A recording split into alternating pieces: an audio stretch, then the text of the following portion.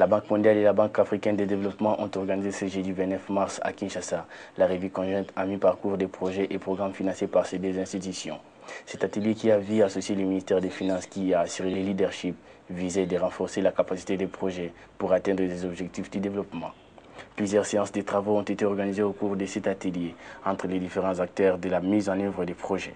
Ces réunions en groupe ont permis de passer en revue l'évolution des états de mise en œuvre des recommandations des précédentes revues et aussi l'évolution des décaissements des projets en cours d'exécution. Le chargé des opérations de la Banque mondiale en République démocratique du Congo, Eustache Ouaïrou, a félicité quelques projets pour avoir réalisé de bons résultats. Non, je pense que cette mini-revue, comme elle s'appelle, c'est pour faire le point de l'avancement dans les progrès que nous avons effectués depuis le mois de juillet. Et on voit qu'en termes de décaissement, il y a vraiment une évolution. En 2010, on était à 225 millions de dollars. En 2011, nous sommes passés à 229 millions de dollars. Et maintenant, nous sommes déjà à 243 millions de dollars. Et on pense passer à 270 millions de dollars d'ici le mois de juin. C'est-à-dire qu'en termes de décaissement, il y a une progression. En termes de résultats également, on voit que les choses avancent. Mais cette revue va nous permettre d'aller plus en avant parce qu'il est nécessaire qu'au niveau de la RDC, nous allions plus fort parce que les besoins sont importants. Il est important dans cette situation où nous nous trouvons de féliciter ceux qui font du bon travail. Et le projet de transport multimodal qui travaille essentiellement avec la SNCC a fait des résultats spectaculaires. La même chose peut être dite en ce qui concerne le projet santé. Ce projet santé a décaissé 80 millions de dollars en 9 mois. C'est une performance. Et nous avons le projet Purus qui est la réhabilitation des infrastructures ici à Kinshasa. Nous avons réalisé déjà 17 km de voies. Il faut les féliciter, c'est important. Il y a des projets également qui ont des difficultés à avancer. Nous avons le projet au niveau de l'éducation qui a de grosses difficultés. Nous avons constaté qu'au niveau de ProRoute, les décaissements étaient assez faibles. Nous l'avons stigmatisé. Nous avons constaté également, en ce qui concerne le projet qui traite des parcs, dont le parc de la Virunga, les décaissements étaient assez faibles.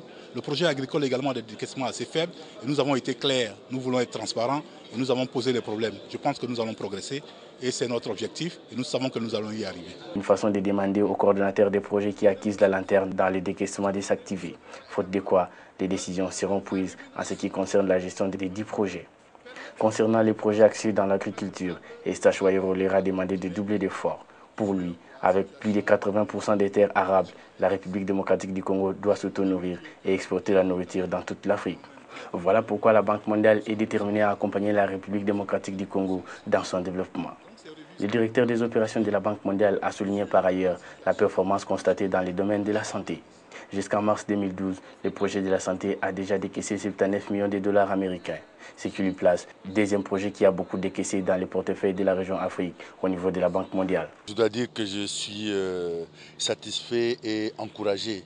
Et plus je dirais que c'est un grand défi pour nous parce qu'il y a beaucoup de problèmes de santé dans notre population et que quand le gouvernement a négocié ce financement dans le secteur de la santé, nous devions nous organiser pour répondre à temps aux besoins. C'est ce qui a motivé donc notre engagement pour arriver à ces résultats et que c'est des encouragements et je profite de l'occasion pour remercier d'abord le gouvernement, le ministère des Finances particulièrement et le ministère de la Santé et aussi tous les acteurs du projet qui sont sur le terrain parce que c'est surtout grâce à eux, grâce à leur détermination, leur engagement à accompagner nos populations dans toutes les circonstances que nous sommes arrivés à ces résultats et nous les encourageons à pouvoir faire davantage. Une meilleure cote a aussi été adressée au projet de transport multimodal qui travaille avec la SNCC.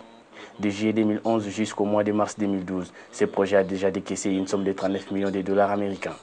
Le projet de transport multimodal à la SNCC sert à rendre opérationnelle cette entreprise qui est dans un état de faillite. En réalité, on met en place un plan de relance de la SNCC. Ce plan est financé par la Banque mondiale et nous, en tant qu'unité de projet, nous sommes là pour exécuter le financement de la Banque mondiale. Le niveau de décaissement est lié au plan de passation de marché. Et à ce niveau, il faut savoir que le plan de relance intervient sur 3 axes, sur l'axe social, sur un appui à l'exploitation et sur les investissements. À ce jour, on est à 58 millions de dollars de décaissement et au niveau social, on vient d'accomplir un plan social qui avait été mis en place et qui a permis de mettre à la retraite 2231 personnes de la SNCC. Au plan de l'appui à l'exploitation, nous sommes pratiquement à 36 millions de dollars d'appui à l'exploitation à la SNCC. Et au plan des investissements, nous avons signé des contrats de l'ordre de 35 millions de dollars pour à peu près 20 contrats sur les 68. Donc en gros, c'est le travail qui vient d'être accompli à la SNCC par l'unité de projet du PTM en l'espace de 10 mois. Toutefois, le directeur des opérations de la Banque mondiale se félicite des résultats obtenus jusque-là, car la qualité de son portefeuille a un impact direct sur la situation et la condition de vie en République démocratique du Congo, a-t-il ajouté.